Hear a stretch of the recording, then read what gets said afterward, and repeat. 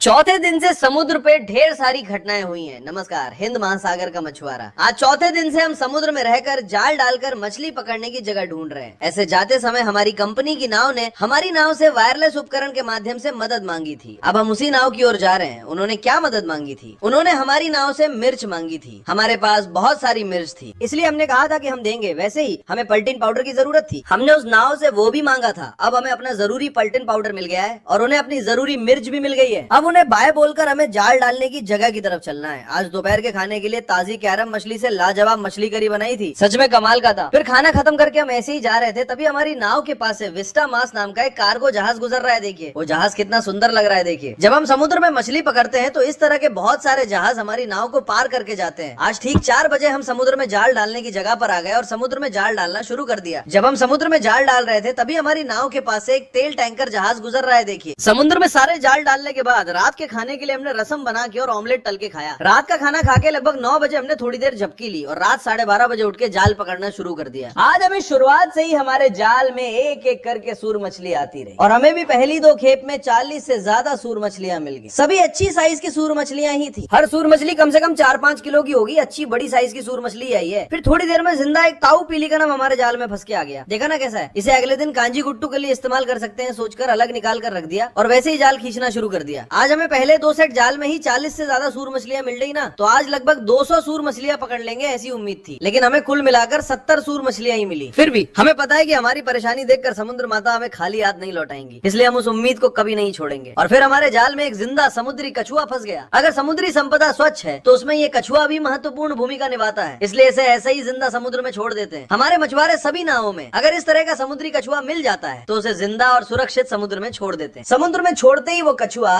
कितनी खूबसूरती से तैरने लगा था।